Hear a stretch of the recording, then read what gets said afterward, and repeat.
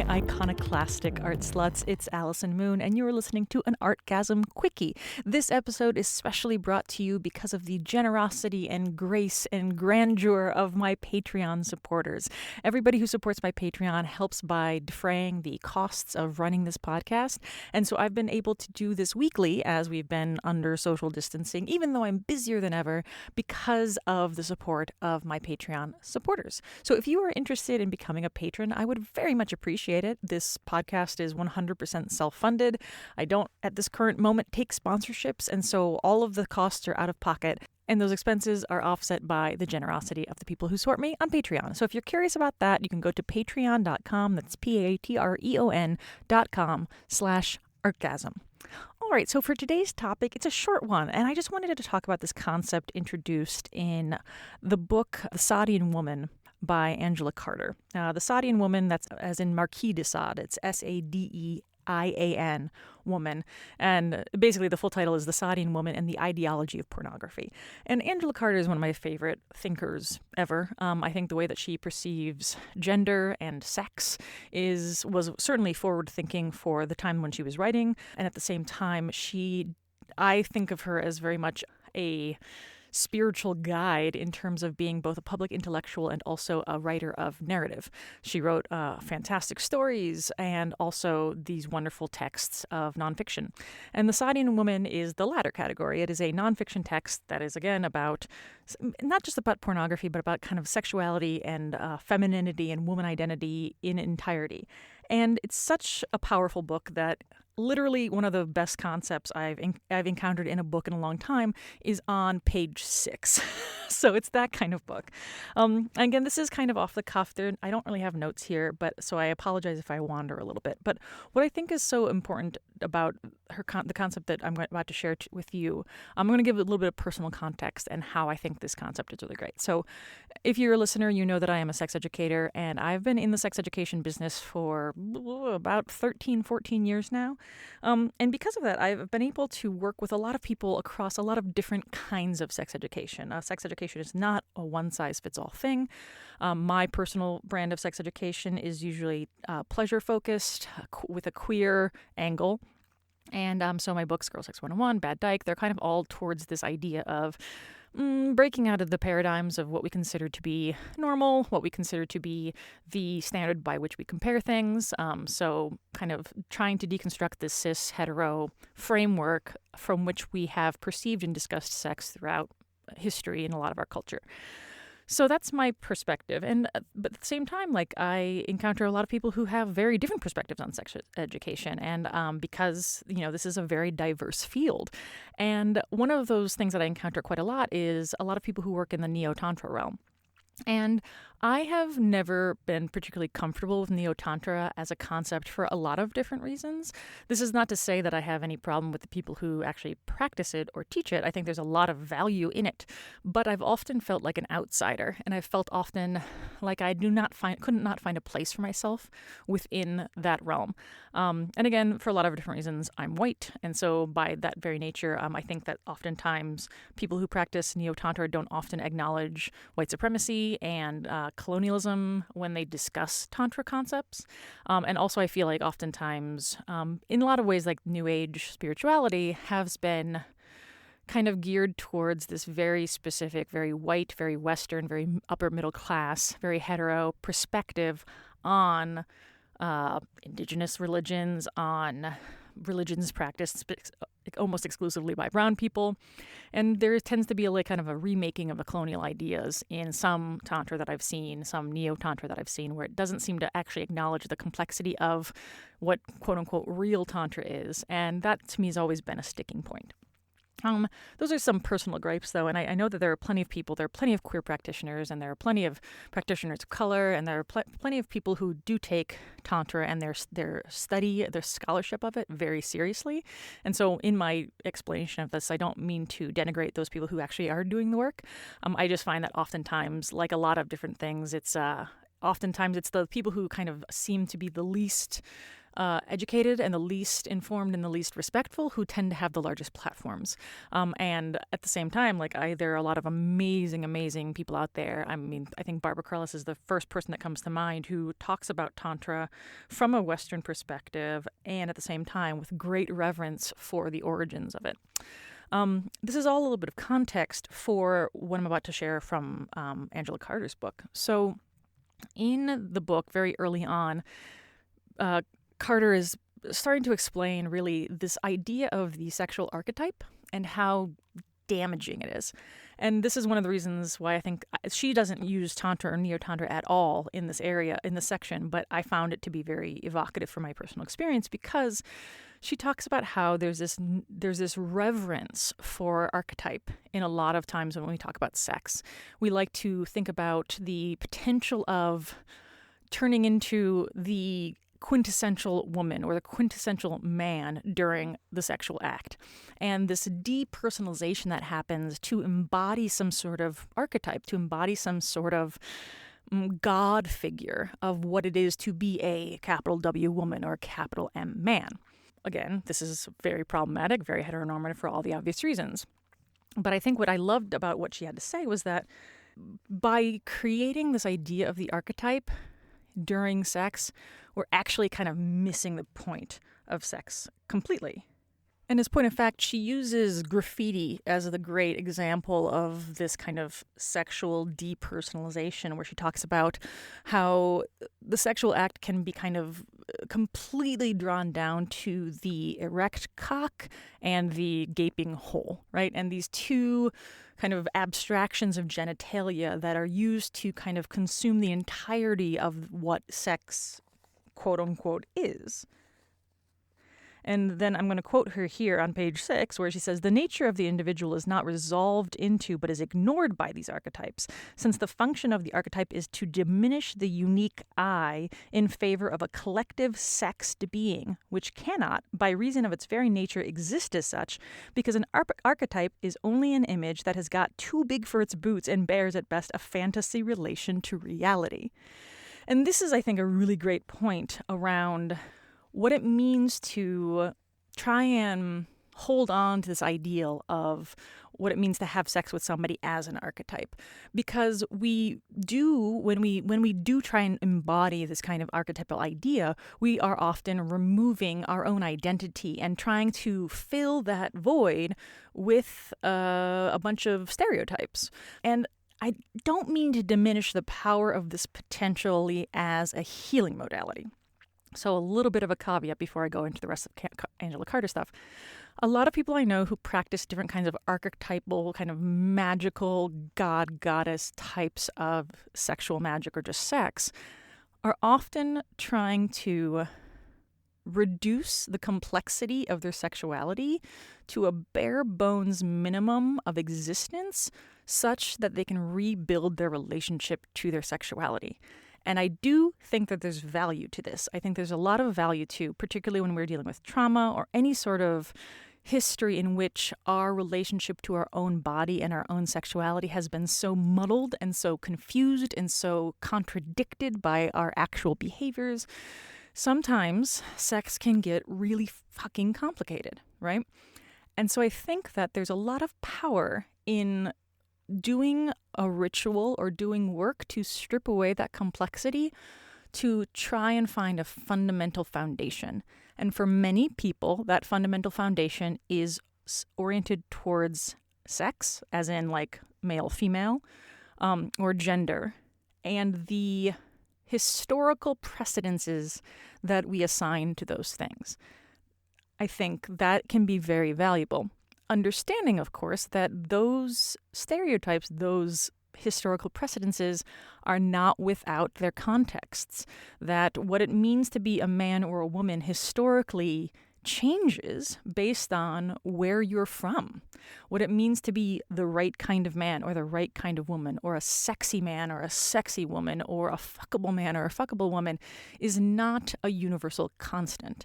And oftentimes what I see to be one of the big pitfalls is when we talk about quote unquote masculine and quote unquote feminine as though it's math, as though it is a universal constant. And this, I think, it becomes very easy to succumb towards these tendencies of assuming the neutrality of your perspective, of assuming the universality of the very specific context you have. And again, this is something that we encounter all the time when we talk about any sort of social justice. So much of privilege is the water that you swim in, the air that you breathe, whatever metaphor you want to use. But if you're white, it's easy to think of the perspective of the neutral person as being white, because white is the dominant culture in Western culture, in the United States specifically. Male is considered to be the neutral, and female is considered to be the other. White is considered to be the neutral. Any sort of non-white identity is considered to be the other. Able-bodied is neutral. Disabled is other, etc., etc. So we have to realize that when we try and reduce these identities down to these basic kind of quote-unquote universal archetypes, we're actually still very much tying to a cultural ideology. And it's a mistake to pretend that that's not the case. So this brings me back to my own personal discomfort with a lot of the neo-tantra spaces in which I've walked as a sex educator, is that, I would talk to my partner about this. My partner is a cis guy. He's queer, and he plays a little bit more in those woo-woo spaces than I do. He's got a lot more connections to those spaces than I do. And I would often leave a, puja or a sex party or a, workshop around neo-tantra feeling really gross, feeling really unseen and disrespected almost. Not intentionally by any practitioner, but ultimately just by the practice itself. And we would discuss this afterwards, and I would try and figure out what was my problem, why I couldn't, groove with this. And he would always say, well, honey, it's because you're queer, which is accurate to a point. Yes, the fact that my gender identity does not fit very cleanly into masculine and feminine archetypes makes it alienating for me. And yes, the fact that I prefer the company of other women to the company of men is also an element to it too. And when you are exploring in a lot of certain ideologies around neo-tantra is polarity, this idea of masculine and feminine coming together to create something great, it creates this need for a lot of individuals to create and manifest polarity, to distance themselves from what they consider to be the opposite in order to create tension and arousal. And this, again, creates this idea of having to be the manliest man and the most feminine woman in order to create the sexual dynamic that a lot of people are seeking. So, of course, it would make sense for me as a queer woman not to feel comfortable in those spaces because I'm not actually attracted to my quote-unquote opposite. I don't even know what my quote-unquote opposite would be. Ultimately, I do not feel like my identity exists on one end of a scale at which there is another version of an opposite version of me somewhere else. That's just not how it works. I certainly have felt far more in common with my cis male partners than I have with my female partners. And I don't think that's an element of polarity being borked as much as it's an element of not believing in polarity at all. So that's always been an issue. But I knew that there was something more to it than that. Saying it's just because I'm queer felt way too pat. And then also I think kind of delegitimized the experiences of actual queer people who really do like Tantra and who really do like Neo-Tantra. So what I loved about the preface to this book is that in describing what she said around these ideas of archetypes, the depersonalization of it is where I think this issue becomes very clear to me and why I've always been kind of discomfited by those spaces. So if this kind of play, this kind of archetype play, which again is not only the realm of Neo-Tantra, there are certainly a lot of different kinds of sexual practices that embody these notions of polarity and archetype. But I'm just kind of picking on Neo-Tantra in this specific because it's most present to me. I haven't had a lot of experiences in a lot of different kinds of magical systems and of spiritual sex systems. So I'm just kind of zeroing in on them, but there likely could be plenty of other kinds of spiritual sex practices that one could use as an example here.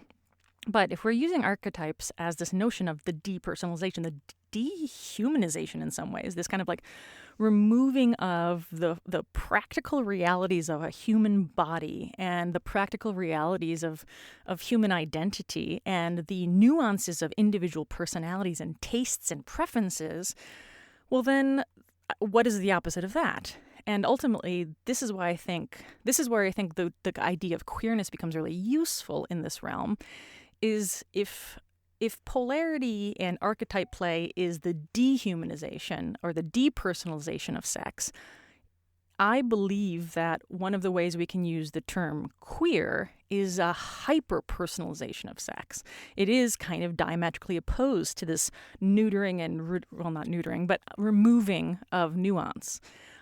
Queer sex is the imposition of an enormous amount of nuance. And this is where I think the practicalities of queerness becomes really interesting to me. I believe I would hear my partner talk about this quite a lot, and I don't remember where he got it from. It may have been from Tina Horn, where somebody said, like, well, what's your definition of queer? And I believe it was Tina who said, well, it just basically shorthand for ask me more.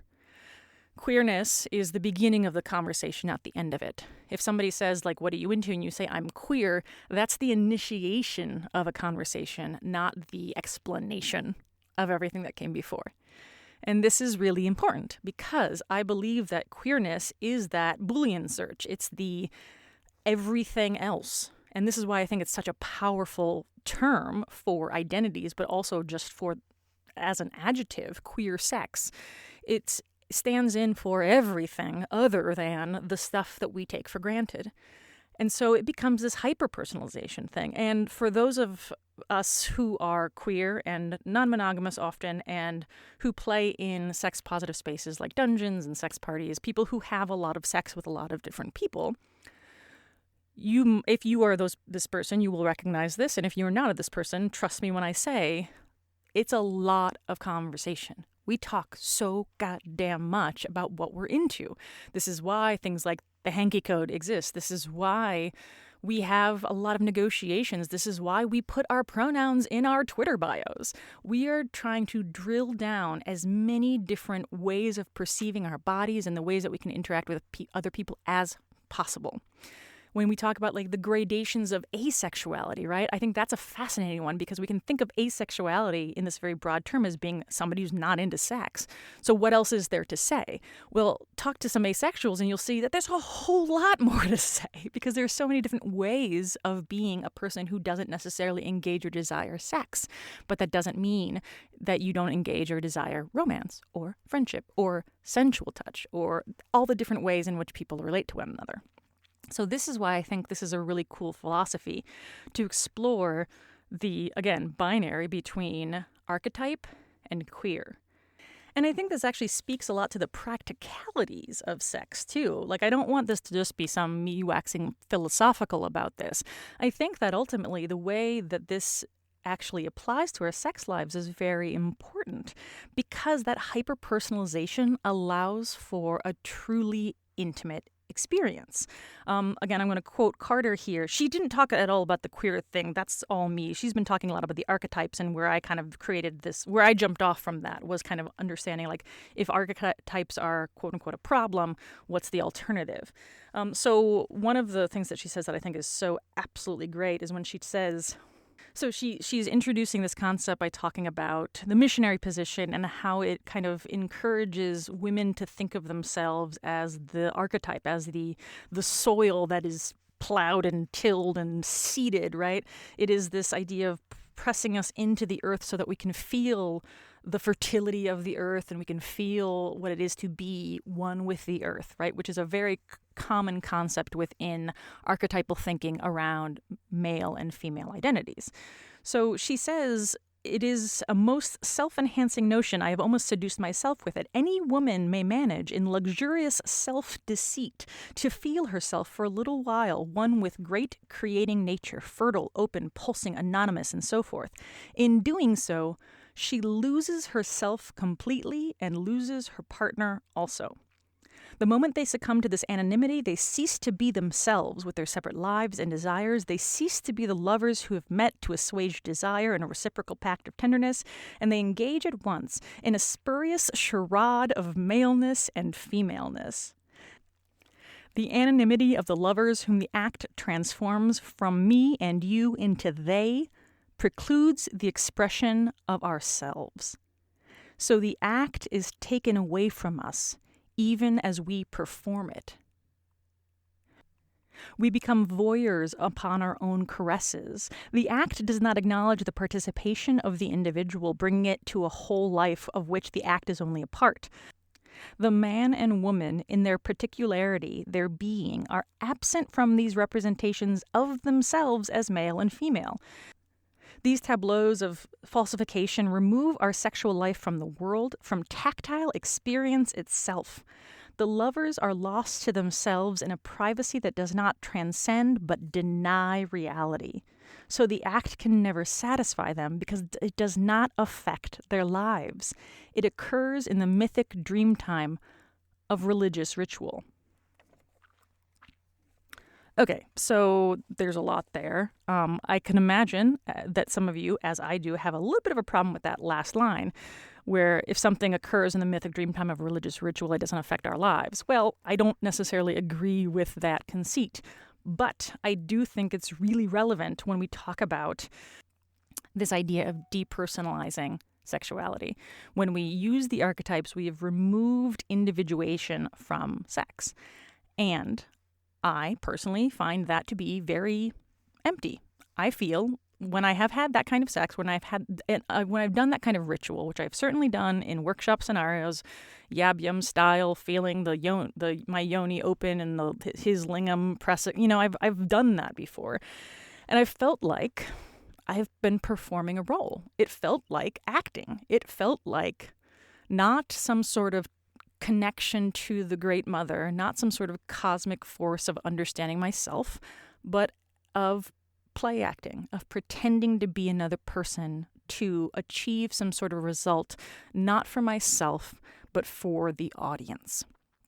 So, this may not be everyone's experience. Like I said, there are plenty of opportunities to use ritual as a healing modality, but I would encourage people to use it just like that, as a exercise, as an exploration, as an experiment, as something to learn more things about yourself, your partner, and your life. And don't stop there. Continue to add the granularity back in. Continue to connect with other people as the people who are sitting in front of you, not as the people you believe them to be. And this has many practical implications. I talk about this in Girl Sex 101. I talk about it in my new book. It's something that I'm constantly reminding myself and others. When we get into bed with somebody, we do not leave our identities and our baggage and our cultural context at the door. We bring it into bed with us. And that's really important because when we start relating to our partners based on what we believe them to be, we've already checked out of the experience. We've already lost. And this can be really hard sometimes, particularly for those of us who are vanilla, because vanilla world comes with so many give-ins around how people exist, how men and women are supposed to behave in bed. Kink allows us a little bit more flexibility because I can be a dominant woman or a submissive woman or both at any given moment. And you can be a submissive man or a dominant man or a submissive genderqueer person or a dominant genderqueer person. There's a lot of different crayons in the crayon box as soon as you start expanding the notions of what's possible. And this is what I think is so exciting about sex. Not the tapping into a cosmic great reality of what it means to be a man or a woman, but rather adding more and more crayons to that crayon box, more shades, more complexity, more context. I feel like the deluge of information is terrifying to a lot of people, particularly for people who are just trying to figure out how to make themselves feel good or get off or get their partner off. It can feel daunting. But I think for healing purposes, for growth purposes, for community purposes, for expansiveness, and for intimacy above all, relating to people because of all their nuances and because of all their idiosyncrasies is the frickin' point. Getting into bed with somebody and having them deliver to you all of themselves is one of the rarest and yet most gratifying and rewarding sexual experiences you can have. And painful and terrifying sometimes. But ultimately, that's part of the deal. I think that when we talk about what it means to have a satisfying sexual experience, it's often being able to share the realness of you, the nuance of you, the complexity of you, and have a partner see it, hold it, respect it, and honor it. Maybe love it. That's great if that happens. Not always, but that's nice too. That's, I think, where the real juice of sex is. And this is why I think, again, queer is the beginning of the conversation, not the end of it. Delivering to somebody all the nuances of who you are and what you're into is the beginning of the conversation. And then the sex that you decide to co-create with that other person or those other people is the ongoing aspect of the conversation. So that was just a jumping off point delivered to me lovely by Angela Carter's The Sadeian Woman and the Ideology of Pornography. It's a short little book. It's like barely 150 pages. I strongly recommend you pick it up if you're interested in this kind of stuff. This is, again, that was just the preface. It gets into a lot more complexity as we go on. And hopefully, maybe I'll have more inspired moments to talk to you about that. I would love to know what you thought about this. I realized that this was a little bit more of a personal soapboxy moment. But if you liked it, please let me know. You can reach out to me on Twitter at HeyAllieMoon, that's HeyAllieMoon, or email me at artgasmcast@gmail.com. If you liked what you heard and want to hear more of these little quickies, you can listen to my whole archive back on Patreon, and that's patreon.com/Artgasm. I will be back next week with another full episode interview. Please do join me. Subscribe on all the places. I'm on Spotify. I'm on Apple Podcasts. I'm probably on a bunch of things I don't even know I'm on. So subscribe, share, like all the things that help me reach more ear holes I very much enjoy. All right. Thank you so much. I'll talk to you next week. Bye-bye.